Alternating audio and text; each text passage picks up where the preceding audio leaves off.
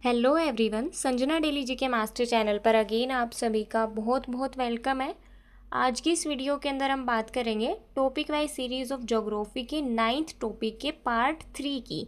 Already हम part 1 और 2 को कवर कर चुके हैं और टोटल 4 पार्ट रहने वाले इस टॉपिक के हमारे ऑलरेडी मैं बता चुकी हूँ लास्ट पार्ट के अंदर। ठीक है, सो हमारे टॉपिक का नाम है वायुमंडल, जिससे संबंधित हम टोटल 540 क्वेश्चंस को कवर करेंगे 4 पार्ट के अंदर, जिसमें से मैं आपको 1 से लेकर 150 तक के क्वेश्चन पार्ट 1 में करवा चुकी हूँ, 151 से लेकर 300 तक के क्वेश्चन पार्ट 2 में करवा चुकी हूँ और 300 से लेकर 400 तक के क्वेश्चंस आज की इस वीडियो के अंदर हम कवर करेंगे। ठीक है, हमारी ये जो वीडियो है और ये जो कंप्लीट सीरीज़ है जो हमारी टेस्ट सीरीज ज्योग्राफी की चल रही है, ये हर एक कॉम्पिटिटिव एग्ज़ाम के लिए ज़रूरी है, चाहे आप किसी भी स्टेट लेवल के एग्ज़ाम की तैयारी कर रहे हो या फिर नेशनल लेवल के एग्ज़ाम की तैयारी कर रहे हो। ठीक है, इसमें आपको हर टाइप के क्वेश्चन देखने को मिलेंगे, आपके प्रीवियस ईयर एग्ज़ाम्स के भी, करंट अफेयर के भी, एक्स्ट्रा क्वेश्चंस भी, और मेनली जो क्वेश्चंस होते हैं वो लूसेंट की ऑब्जेक्टिव और सब्जेक्टिव जीके की बुक से होते हैं। ठीक है, सो क्वेश्चंस को अच्छे से अटैम्प्ट किया करो। और पढ़ने से पहले मैं आपको एक चीज़ बता देती हूँ, सबसे पहले दिन में थ्योरी पार्ट पढ़ लिया करो, उसके बाद इवनिंग में आप सीरीज़ को अटेंड कर लिया करो। जिससे होगा क्या कि आप टेस्ट अटैम्प्ट करोगे तो आपको अपना स्कोर पता चलेगा, स्कोर पता चलेगा तो आपको पता चलेगा कहाँ दिक्कत आ रही है, कहाँ मेरा बेस्ट है। ठीक है, सो नोटबुक और पेन साथ लेकर बैठो ताकि सारे क्वेश्चंस के उत्तर नोटबुक में टिक कर सको और लास्ट में अपना स्कोर निकाल सको। ठीक है, सो चलिए शुरू करते हैं आज की इस वीडियो को। विषय सूची देख लेते हैं। आज हमारा 9वां टॉपिक है वायुमंडल। बाकी 1 से लेकर जो 34 तक के टॉपिक्स रहेंगे वो हमारे विश्व भूगोल के रहेंगे और 35 से लेकर 55 तक के टॉपिक्स रहेंगे हमारे भारत के भूगोल के। ठीक है, टोटल ज्योग्राफी के अंदर 55 टॉपिक्स ही हैं, बट ये सब्जेक्ट बहुत ज़्यादा बड़ा भी है और बहुत ज़्यादा इम्पोर्टेंट भी है मार्क्स की नज़र से भी, और वैसे भी बहुत इंटरेस्टिंग सब्जेक्ट है और बहुत बड़ा सब्जेक्ट है। ठीक है, सो अच्छे से इसको थ्योरी पार्ट को पढ़ो, उसके बाद टेस्ट डेली अटेम्प्ट करो, जिससे आपकी जो तैयारी है वो बेस्ट लेवल की हो सके। ठीक है, सीरीज़ का टाइमिंग बता दूं, हर 2 दिन में एक वीडियो आती है 7 बजे, रेगुलर है वीडियोस। सो चैनल को सब्सक्राइब नहीं किया तो चैनल को सब्सक्राइब कर लो। वीडियो पसंद आए तो वीडियो को लाइक करें, शेयर करें अपने स्टडी ग्रुप्स में अपने दोस्तों के साथ। ठीक है, चलिए पहला क्वेश्चन देखते हैं आज का 301 नंबर का क्वेश्चन। उष्ण वातागर यानी वार्म फ्रंट के गुजरने पर आमतौर पर क्या मौसम होता है, यानी कैसा मौसम होता है। राइट आंसर ऑप्शन बी, हल्की और निरंतर वर्षा होती है उष्ण वातागर के गुजरने से। नेक्स्ट क्वेश्चन है, शीत वातागर के गुजरने पर आमतौर पर क्या मौसम होता है। राइट आंसर ऑप्शन बी, गरज के साथ तेज वर्षा होती है और तापमान में गिरावट देखने को मिलती है। नेक्स्ट क्वेश्चन है, घर्षण बल हवा की गति को कैसे प्रभावित करता है। जो हमारा फ्रिक्शनल फोर्स होता है वो हवा की गति को कैसे प्रभावित करता है। राइट आंसर ऑप्शन डी, यह हवा की गति को कम करता है। नेक्स्ट क्वेश्चन है, उत्तरी गोलार्ध में समुद्री समीर की दिशा क्या होती है। राइट आंसर ऑप्शन बी, समुद्र से स्थल की ओर होती है उत्तरी गोलार्ध में समुद्री समीर की दिशा। नेक्स्ट क्वेश्चन है, दो भिन्न स्वभाव वाली वायुराशियों के अभिसरण से कौन सी वायुमंडलीय जलवायु घटना होती है। मतलब कि जब जो भिन्न स्वभाव वाली वायुराशियाँ होती हैं, चाहे तापमान के मामले में कह लो, चाहे किसी और कारक की दृष्टि से देख लो, जहाँ पर मतलब वो मिलती हैं, उनका अभिसरण होता है, उस घटना को क्या कहते हैं। राइट आंसर ऑप्शन बी, वाताग्र कहा जाता है। नेक्स्ट क्वेश्चन है, कोरियोलिस बल के बारे में कौन सा कथन असत्य है।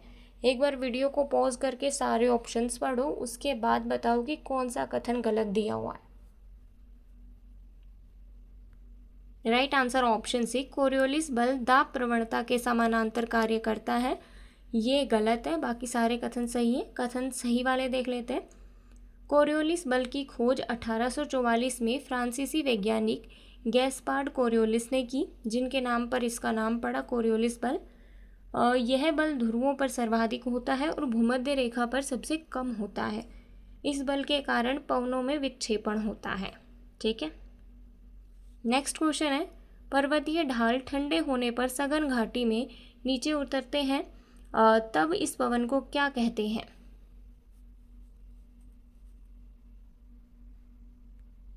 राइट आंसर ऑप्शन बी, पर्वतीय समीर। मतलब यहाँ पर कह रहा है कि पर्वतीय ढाल जब ठंडे हो जाते हैं तो सघन घाटी के अंदर जो वायु है, जो हवा है, वो जो उतरती है नीचे की तरफ, उसको क्या कहते हैं? उसको पर्वतीय समीर कहते हैं। नेक्स्ट क्वेश्चन है, वायुदाब को किस यंत्र के द्वारा मापा जाता है?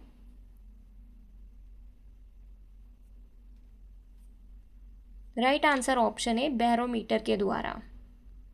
नेक्स्ट क्वेश्चन है, किन अक्षांशों पर वायु के नीचे उतरने के कारण वायु का क्षैतिज संचालन नहीं हो पाता, जिस कारण वहां पर पवन संचार अत्यंत मंद हो जाता है? राइट आंसर ऑप्शन डी, उपयुक्त सभी। 30 डिग्री से 35 डिग्री उत्तरी एवं दक्षिणी अक्षांश और उपोष्ण उच्च वायुदाब पेटी और अश्व अक्षांश, इन तीनों ही चीज़ों को एक कहा जाता है।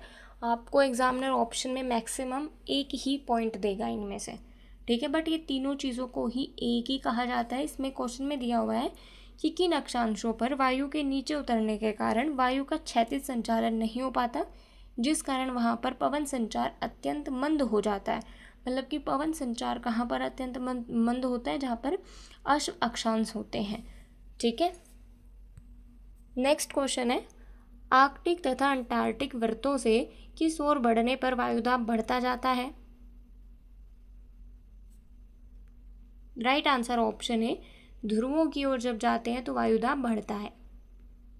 नेक्स्ट क्वेश्चन है, किस विद्वान ने सर्वप्रथम यह गणितीय रूप से सिद्ध किया कि पवन का विक्षेपित होना पवन की गति और उसकी अक्षांशीय स्थिति पर निर्भर करता है? राइट आंसर ऑप्शन बी, जी कोरियोलिस ने।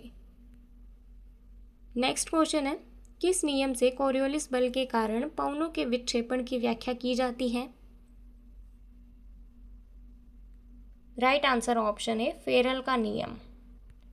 नेक्स्ट क्वेश्चन है, हेडले के नियम के अनुसार सर्वाधिक घूर्णन गति कहाँ पर होती है? राइट आंसर ऑप्शन डी, भूमध्य रेखा पर। हेडले के अनुसार जो न्यूनतम घूर्णन गति होगी वो कहाँ पर होगी? ध्रुवों पर होगी, बिल्कुल। जैसे कि हमने क्वेश्चन देखा था कि कोरियोलिस बल सबसे ज़्यादा ध्रुवों पर होता है और सबसे कम भूमध्य रेखा पर। यहाँ पर उल्टा है, घूर्णन गति भूमध्य रेखा पर अधिक होती है और सबसे कम होती है ध्रुवों पर। ठीक है, और देखो एक चीज़ आपने नोटिस की होगी, जो हमारा पार्ट 1 था और पार्ट 2 था उसमें इजी क्वेश्चन थे। पार्ट 1 में ज़्यादा इजी थे, पार्ट 2 में थोड़े मीडियम आए, और यहाँ पे आपको कुछ हार्ड क्वेश्चंस, कुछ इजी और कुछ मीडियम देखने को मिलेंगे। ठीक है, ऐसा इसलिए है, टॉपिक बड़ा है, शुरू में मैंने इजी क्वेश्चन कराए, उस हिसाब से मैं क्वेश्चंस का जो स्तर है वो भी चेंज करती जा रही हूँ। ठीक है, सो वीडियो का हर एक पार्ट इम्पोर्टेंट है, एक भी क्वेश्चन मैंने फालतू का यहाँ पे नहीं रखा है, एग्ज़ाम के लिए इम्पोर्टेंट है वही यहाँ पे रखा है। ठीक है, नेक्स्ट क्वेश्चन है, कोरियोलिस बल के प्रभाव के कारण 750 मीटर प्रति सेकंड की रफ्तार से दागा गया तोप का गोला प्रत्येक 33 किलोमीटर पर कितने मीटर विक्षेपित हो जाता है?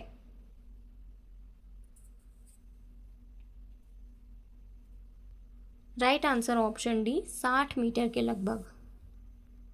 नेक्स्ट क्वेश्चन है, कोरियोलिस बल के प्रभाव के कारण 120 मीटर प्रति सेकंड की गति से निकली हुई बंदूक की गोली 1 सेकंड में कितनी विक्षेपित हो जाती है?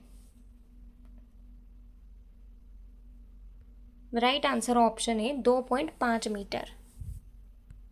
नेक्स्ट क्वेश्चन है, पृथ्वी के विस्तृत क्षेत्र पर एक ही दिशा में वर्ष भर चलने वाली पवन को क्या कहते हैं?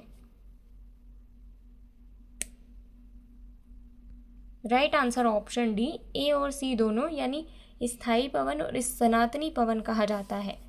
मानसूनी पवन क्या होती है कि वो पूरे वर्ष भर नहीं चलती है, मानसूनी पवन और एक पर्टिकुलर टाइम पर चलती है, बट जो स्थायी पवन और सनातनी पवन होती है वो एक ही दिशा में वर्ष भर चलने वाली पवन होती है।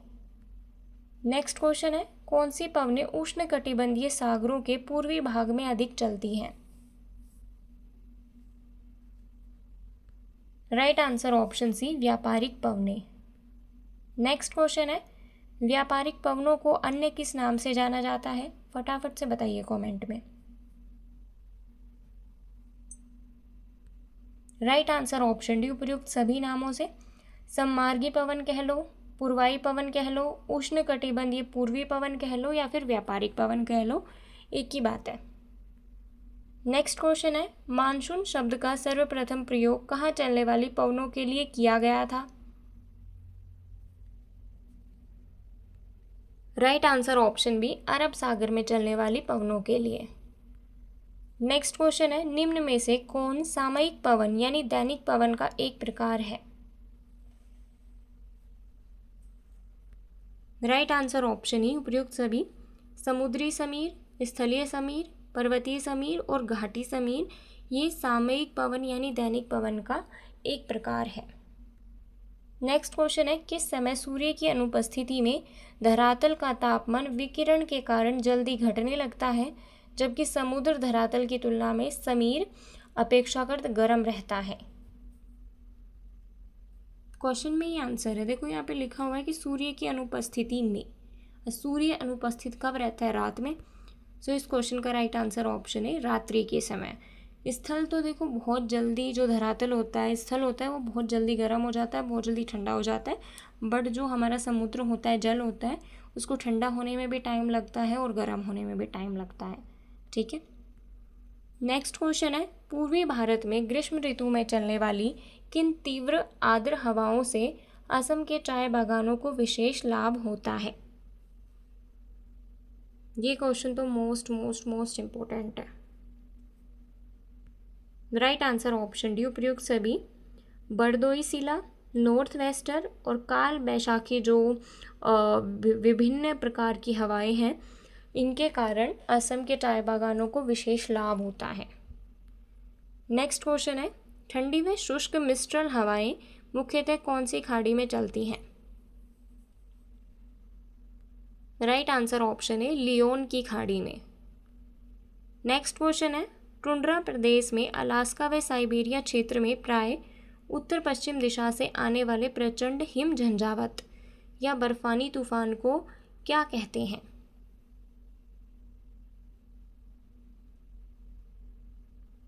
राइट आंसर ऑप्शन सी, पुरगा कहा जाता है। नेक्स्ट क्वेश्चन है, दक्षिणी अफ्रीका में शीतकाल में पठारी भाग से समुद्र की ओर प्रवाहित होने वाली पवन को क्या कहते हैं?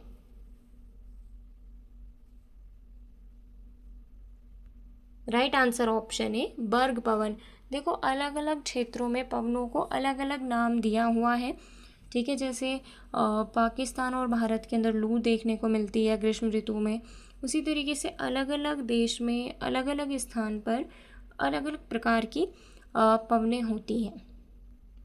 नेक्स्ट क्वेश्चन है, मोदिरा और कनारी द्वीपों के निकटवर्ती क्षेत्र में ग्रीष्मकाल को छोड़कर सभी ऋतुओं में पूर्व की ओर से चलने वाली गर्म शुष्क पवन को क्या कहते हैं? राइट आंसर ऑप्शन डी, लिस्टे कहा जाता है। नेक्स्ट क्वेश्चन है, गर्म और शुष्क स्थानीय पवन लिस्टे का उद्भव स्थल कहाँ माना जाता है? राइट आंसर ऑप्शन बी, मदीरा और केंद्रीय द्वीप समूह माना जाता है, जो कि सहारा मरुस्थल में है। यहाँ पे क्वेश्चन ये भी बन सकता है कि जो लिस्टे पवन है वो किस प्रकार की पवन का उदाहरण है? सो गर्म और शुष्क स्थानीय पवन है। नेक्स्ट क्वेश्चन है, मध्य एशिया के तारिम बेसिन में चलने वाली तीव्र उष्ण उत्तर पूर्वी हवाओं को क्या कहते हैं? राइट आंसर ऑप्शन है काराबुरान पवन कहा जाता है। नेक्स्ट क्वेश्चन है, काराबुरान हवाओं द्वारा निक्षेपित धूलि से मध्य एशिया और उसके समीपवर्ती क्षेत्रों में कौन सा मैदान बना है? राइट आंसर ऑप्शन है लोयस का मैदान बना है। नेक्स्ट क्वेश्चन है, अरब रेगिस्तान में बहने वाली गर्म शुष्क और धूल भरी स्थानीय हवा को क्या कहते हैं? फटाफट से बताइए। राइट आंसर ऑप्शन डी, सिमूम कहा जाता है। नेक्स्ट क्वेश्चन है, पूर्वी ईरान के सिस्टन प्रांत में ग्रीष्मकाल में आने वाली तीव्र उत्तरी पवन को क्या कहते हैं? राइट आंसर ऑप्शन सी, सिस्टन कहते हैं। और इसे 120 दिन की पवन भी कहा जाता है, क्योंकि इसका टाइम पीरियड लगभग इतना ही है, इसलिए इसको 120 दिन की पवन भी कहा जाता है। ये इम्पोर्टेंट पॉइंट है और ये एग्ज़ाम में पूछा भी गया है कि 120 दिन की पवन के नाम से किस पवन को जाना जाता है। सो सिस्टन को जाना जाता है, जो कि पूर्वी ईरान के सिस्टन प्रांत में ग्रीष्मकाल में आती है। नेक्स्ट क्वेश्चन है, इराक तथा फारस की खाड़ी में चलने वाली गर्म एवं शुष्क स्थानीय पवन को क्या कहते हैं? राइट आंसर ऑप्शन बी, शमाल कहते हैं। नेक्स्ट क्वेश्चन है, जूरा पर्वत से जेनेवा झील तक रात्रि में बहने वाली शीतल शुष्क पवन को क्या कहते हैं? राइट आंसर ऑप्शन है, जुरान पवन कहते हैं। नेक्स्ट क्वेश्चन है, उष्णकटिबंधीय प्रदेशों में विशेषतः उत्तरी भाग में गर्मियों में चलने वाली स्थानीय पवन लू किसका परिणाम है? राइट आंसर ऑप्शन बी, अभिवहन का परिणाम है लू। नेक्स्ट क्वेश्चन है, निम्नलिखित में से किस मेघ को मोती की माता कहा जाता है?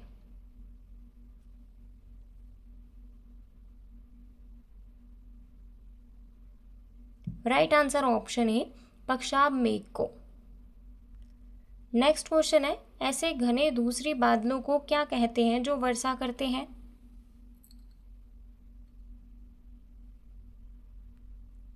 राइट आंसर ऑप्शन बी, वर्षा स्त्री मेघ कहा जाता है, जो घने धूसरी बादल होते हैं उनको।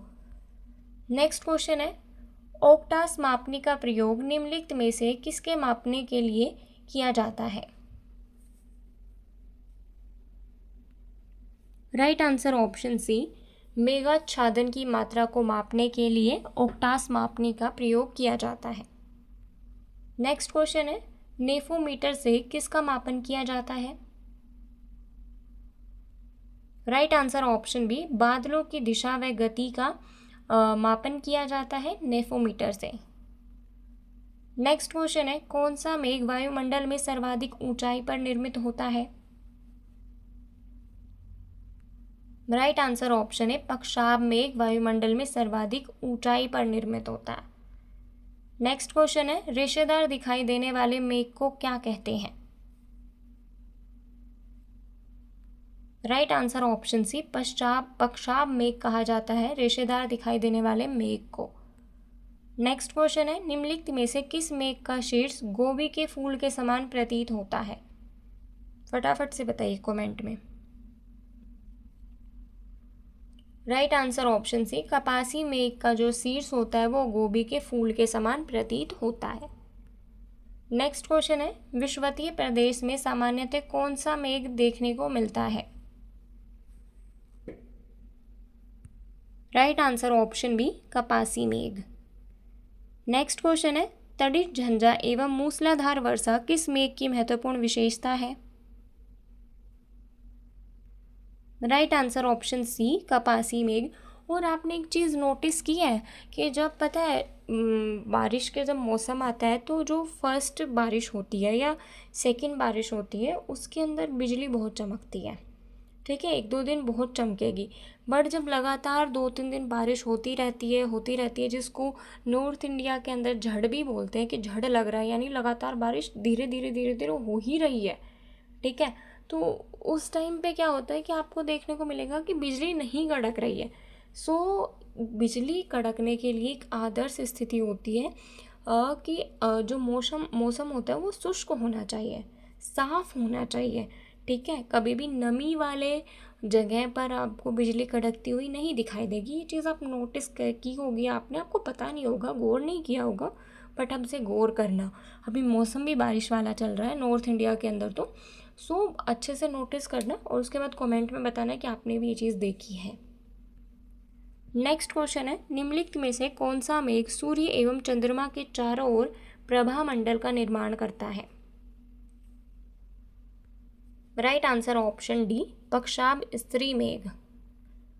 नेक्स्ट क्वेश्चन है, रेगिस्तानों में बादल बरसते नहीं हैं, ऐसा क्यों होता है? राइट आंसर ऑप्शन डी, निम्न आर्द्रता के कारण रेगिस्तानों में बादल बरसते नहीं हैं। बट आज के टाइम पे ग्लोबल वार्मिंग के कारण, जलवायु परिवर्तन के कारण क्या देखने को मिल रहा है कि जो रेगिस्तान हुआ करते थे वहाँ पर भी बाढ़ आ रही है। ठीक है, और जहाँ पे बहुत बारिश होती थी वहाँ पे सूखा पड़ रहा है। गर्मी कितनी लंबी हो गई है पता है। पहले सर्दियाँ बहुत ऐसी पड़ती थी कि कई दिनों तक कोहरा रहता था, फोग रहती थी। बट आज के टाइम पे सर्दियाँ मेरे को लगता है कि कुल मिला के 10-12 दिन की होती है, इतनी भी नहीं होती है। जो कड़कदार ठंड होती है वो इतनी भी नहीं होती है, मतलब 10-12 दिन अमूमन आप एवरेज लेके चलो। इसका कारण ग्लोबल वार्मिंग है और इसका कारण भी मनुष्य ही है अगेन। नेक्स्ट क्वेश्चन है, किसी स्थान विशेष की वर्षा निर्भर करती है? राइट आंसर ऑप्शन ए, पर्वतों की दिशा पर। नेक्स्ट क्वेश्चन है, शीतोष्ण कटिबंधीय क्षेत्रों में सामान्यतः किस प्रकार की वर्षा होती है? राइट आंसर ऑप्शन बी, चक्रवातीय वर्षा देखने को मिलती है और भूमध्य रेखीय प्रदेशों में संवहनीय वर्षा देखने को मिलती है। नेक्स्ट क्वेश्चन है, पवन विमुख ढालों की अपेक्षा पवनाभिमुख ढालों पर दृष्टि अधिक होती है, यह किस वर्षा की विशेषता है?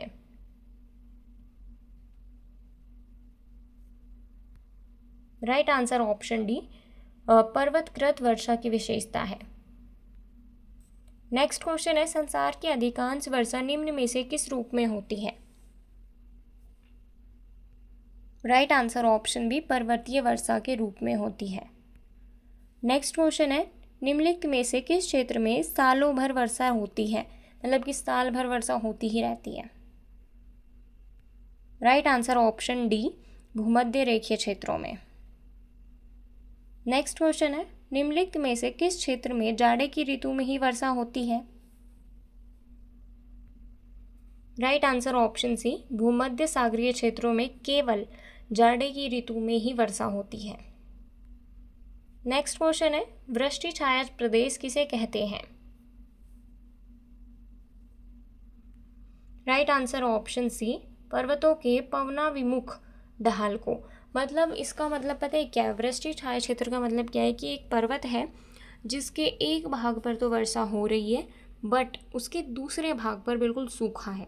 तो जहाँ पर सूखा है वहाँ पर उसे वृष्टि छाया क्षेत्र कहा जाता है। नेक्स्ट क्वेश्चन है, समान वर्षा की मात्रा वाले स्थानों को मिलाने वाली रेखा को क्या कहा जाता है? Right answer option B, isohyet कहा जाता है। नेक्स्ट क्वेश्चन है, किस प्रकार की वर्षा बिजली की चमक एवं बादलों की गरज के साथ होती है? राइट आंसर ऑप्शन सी, संवहनीय वर्षा। नेक्स्ट क्वेश्चन है, विश्व में सर्वाधिक वर्षा वाला स्थान है? Right answer option C, Meghalaya का जो मौसिनराम है वहाँ पर विश्व के अंदर सबसे ज़्यादा बारिश होती है और लगभग कितनी होती है औसतन वार्षिक वर्षा? लगभग 11,872 मिलीमीटर। ये अमाउंट भी आपको याद रखनी, ये अपडेटेड अमाउंट है। नेक्स्ट क्वेश्चन है, विश्व का सर्वाधिक शुष्क स्थल कौन सा है? Right answer option C, Atacama. Next question है, बादल फटने का क्या अर्थ है? राइट आंसर ऑप्शन सी, भारी तूफान के साथ असाधारण रूप से भारी बरसात को बादल फटना कहते हैं। नेक्स्ट क्वेश्चन है, रेगिस्तान में बादल अवक्षेप होकर क्यों नहीं बरसते? राइट आंसर ऑप्शन डी, कम आर्द्रता के कारण। ऐसा ही सिमिलर क्वेश्चन हमने पीछे देखा था एक। नेक्स्ट क्वेश्चन है, विश्व में वार्षिक वर्षा का औसत कितना है? Right answer option B, 100 centimetre. Next question है, तुंगता संचयी मेघ कितनी तुंगता पर बनते हैं? राइट आंसर ऑप्शन बी, 2000 से 6000 मीटर की तुंगता पर। नेक्स्ट क्वेश्चन है, संवहनात्मक वर्षा किस कारण होती है? राइट आंसर ऑप्शन सी, सूर्य की तीव्र गर्मी से धरातल गर्म होने पर होती है। नेक्स्ट क्वेश्चन है, पर्वतीय वर्षा को किस नाम से भी जाना जाता है? राइट आंसर ऑप्शन है ओरोग्राफिक वर्षा भी कहा जाता है पर्वतीय वर्षा को। नेक्स्ट क्वेश्चन है हिम वर्षा में क्या गिरता है? राइट आंसर ऑप्शन बी बर्फ के रूप में जल। इतना तो मतलब कॉमन सेंस में आ जाता है, इतना आपको पढ़ते हुए टाइम हो गया कि बर्फ़ के रूप में जब जल आएगा तो हिम वर्षा कहते हैं। सो पता है क्या किया करो, क्वेश्चन के उत्तर थोड़ा सा सोच कर उत्तर दिया करो, ठीक है। थोड़ा सा हिला करो, दिमाग को हिलाया करो। काफ़ी बच्चे क्या करते हैं, जस्ट सुनते रहते हैं, मैम ने क्वेश्चन बोला, मैम ने आंसर बोला। कभी मन करता है तो उत्तर दे देते हैं, कभी मन करता है तो उत्तर नहीं देते। कमेंट में भी इतना देने की ज़रूरत नहीं है। मैं तो कहती हूँ नोटबुक पेन साथ लेकर बैठो, अपनी नोटबुक में टिक मार्क करते रहो और लास्ट में अपना स्कोर बता दो, ठीक है। तो पर हिलते डुलते रहकर वीडियो को सुना करो ताकि आपका भी बेनिफिट हो। नेक्स्ट क्वेश्चन है ओलावृष्टि किस प्रकार की वर्षा है? राइट आंसर ऑप्शन बी वर्षा की विशेष अवस्था। नेक्स्ट क्वेश्चन है निम्नलिखित में से कौन सी स्थिति वर्षा के लिए उपयुक्त है? राइट आंसर ऑप्शन डी उच्च तापमान व उच्च आर्द्रता। नेक्स्ट क्वेश्चन है हिमपात किसका रूप है? राइट आंसर ऑप्शन बी ठोस वर्षा का रूप है हिमपात। नेक्स्ट क्वेश्चन है ओलों का निर्माण कहाँ होता है? राइट आंसर ऑप्शन सी ऊपरी वायुमंडल में होता है ओलों का निर्माण, जिससे फसल को जो भी हमारी कई बार गेहूं की फसलों में देखने को मिला है, गेहूं की फसल का नुकसान करती है, कई बार बाजरे की फसल का नुकसान भी कर जाती है, और भी बहुत सारी फसलें हैं जिनका नुकसान होता है इस कारण से। नेक्स्ट क्वेश्चन है बादलों में जल वाष्प का संघनन किन के रूप में होता है? राइट आंसर ऑप्शन बी धूल कणों पर होता है बादलों में जल वाष्प का संघनन। नेक्स्ट क्वेश्चन है सापेक्ष आर्द्रता रिलेटिव ह्यूमिडिटी क्या दर्शाती है? राइट आंसर ऑप्शन सी वायु में मौजूद जलवाष्प की मात्रा और उसी तापमान पर संतृप्त होने के लिए आवश्यक जलवाष्प की मात्रा का अनुपात दर्शाती है सापेक्ष आर्द्रता। नेक्स्ट क्वेश्चन है जब सापेक्ष आर्द्रता 100% हो जाती है तो वायु किस अवस्था में पहुंच जाती है? राइट आंसर ऑप्शन सी संतृप्त अवस्था में पहुंच जाती है। नेक्स्ट क्वेश्चन है औसांक क्या है? राइट आंसर ऑप्शन बी वह तापमान जिस पर वायु संगठित होना शुरू हो जाती है, मतलब कि वायु है ना संगनित, यहाँ पर इसका मतलब इकट्ठा होना शुरू हो जाती है। नेक्स्ट क्वेश्चन है पाला यानी फ्रोस्ट कब बनता है? राइट आंसर ऑप्शन बी जब औसांक हिमांक से नीचे होता है तब पाला बनता है। नेक्स्ट क्वेश्चन है निम्नलिखित में से कौन से बादल वर्षा लाने के लिए जाने जाते हैं और अक्सर काले या गहरे भूरे रंग के होते हैं, और इन्हीं बादलों से हम अंदाज़ा भी लगा लेते हैं कि अब बारिश होगी, अब बारिश नहीं होगी। राइट आंसर ऑप्शन डी वर्षा मेघ। नेक्स्ट क्वेश्चन है बवंडर या आंधी के साथ अक्सर किस प्रकार के बादल जुड़े होते हैं? इससे बहुत कम वर्षा होती है वैसे, पता है आंधी के साथ जो वर्षा होती है वो अपने साथ ही बारिश को लेती जाती है, जहाँ जहाँ वो हवा जा रही है ना वहाँ वहाँ बारिश जा रही है। राइट आंसर ऑप्शन सी कपासी वर्षा। नेक्स्ट क्वेश्चन है पक्षाप बादल किस ऊंचाई पर पाए जाते हैं? राइट आंसर ऑप्शन सी 7 से 12 किलोमीटर की ऊंचाई पर पक्षाप बादल पाए जाते हैं। नेक्स्ट क्वेश्चन है असहनीय ताप हार्श दर कितनी होती है? Right answer option B 9.8 degree Celsius प्रति 1000 मीटर। नेक्स्ट क्वेश्चन है संतृप्त ताप हार्श दर किस पर निर्भर करती है? Right answer option D B और सी दोनों, यानी वायु में जलवाष्प की मात्रा और वायुमंडलीय दाब पर निर्भर करती है संतृप्त ताप हार्श दर। नेक्स्ट क्वेश्चन है पर्वतीय वर्षा कब होती है? राइट आंसर ऑप्शन बी जब हवा पर्वतीय बाधाओं के कारण ऊपर उठती है तब पर्वतीय वर्षा होती है। नेक्स्ट क्वेश्चन है हिमपात कब होता है? राइट आंसर ऑप्शन है, जब संघनन और वर्षण की प्रक्रिया हिमांक से नीचे होती है तो हिमपात होता है, और काफ़ी बच्चों को अभी तक पता ही नहीं है कि स्नोफॉल को हिंदी में हिमपात कहते हैं। सो ये भी आपको अब याद रहेगा, मैंने बता दिया। नेक्स्ट क्वेश्चन है, फुआर और वर्षा में मुख्य अंतर क्या है? बहुत इजी क्वेश्चन है ये तो। राइट आंसर ऑप्शन बी, फुआर की बूंदें छोटी होती हैं और वर्षा की बड़ी होती हैं। नेक्स्ट क्वेश्चन है, उच्च कपासी बादल किस ऊंचाई पर पाए जाते हैं? राइट आंसर ऑप्शन बी, 2 से 7 किलोमीटर की ऊंचाई पर। नेक्स्ट क्वेश्चन है, वाष्पीकरण की दर निम्न में से किस कारक पर निर्भर करती है? राइट आंसर ऑप्शन डी, उपयुक्त सभी कारकों पर, तापमान, आर्द्रता, पवन की गति। नेक्स्ट क्वेश्चन है, वायुमंडल में जलवाष्प की उपस्थिति के बिना संघनन संभव है या नहीं? राइट आंसर ऑप्शन बी, नहीं। नेक्स्ट क्वेश्चन है, कोहरे के बनने के लिए सबसे अनुकूल परिस्थितियां क्या हैं? राइट आंसर ऑप्शन बी, शांत हवा और उच्च आर्द्रता कोहरे के बनने के लिए अनुकूल परिस्थितियां हैं।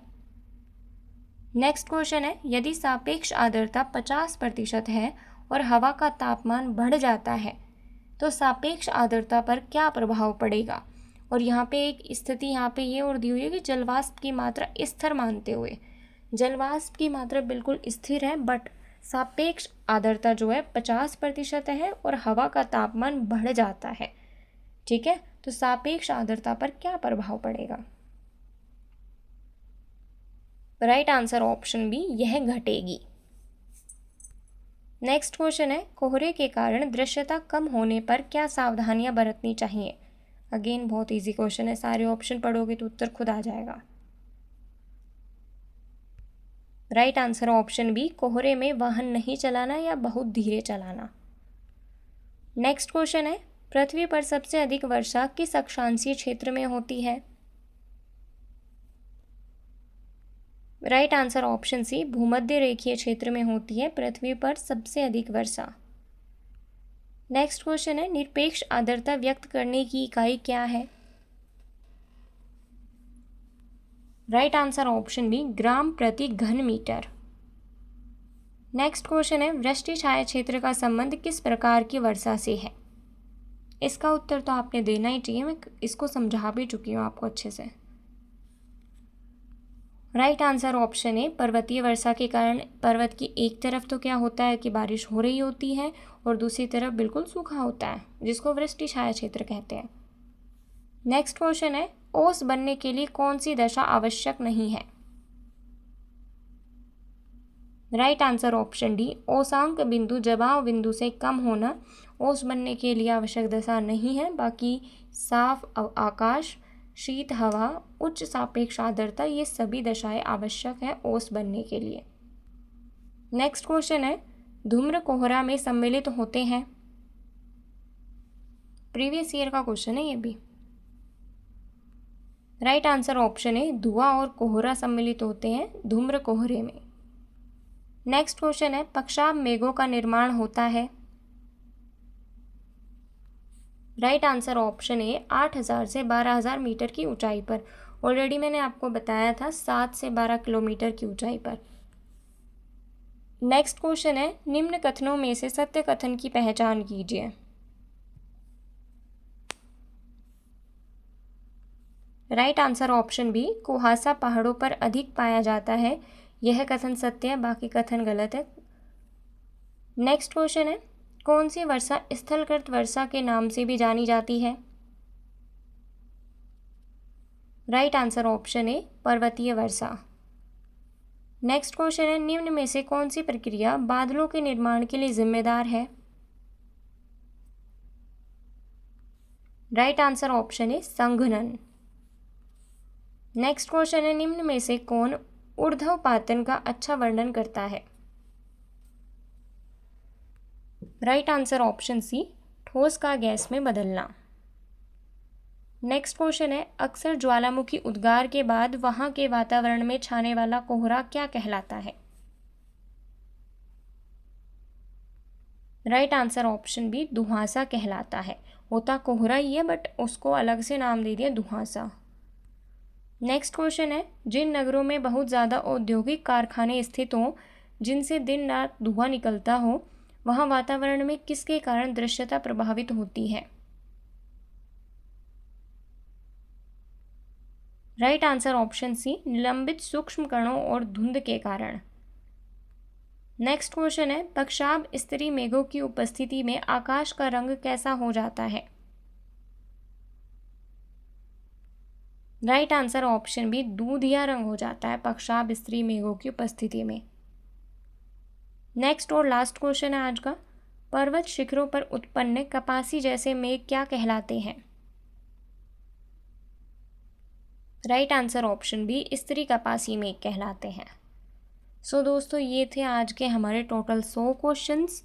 पार्ट 3 इसी के साथ कंप्लीट होता है। और आज की वीडियो में थोड़े से अलग क्वेश्चंस थे, हार्ड क्वेश्चन थे, कुछ टर्म्स आपको समझ में भी नहीं आई होंगे।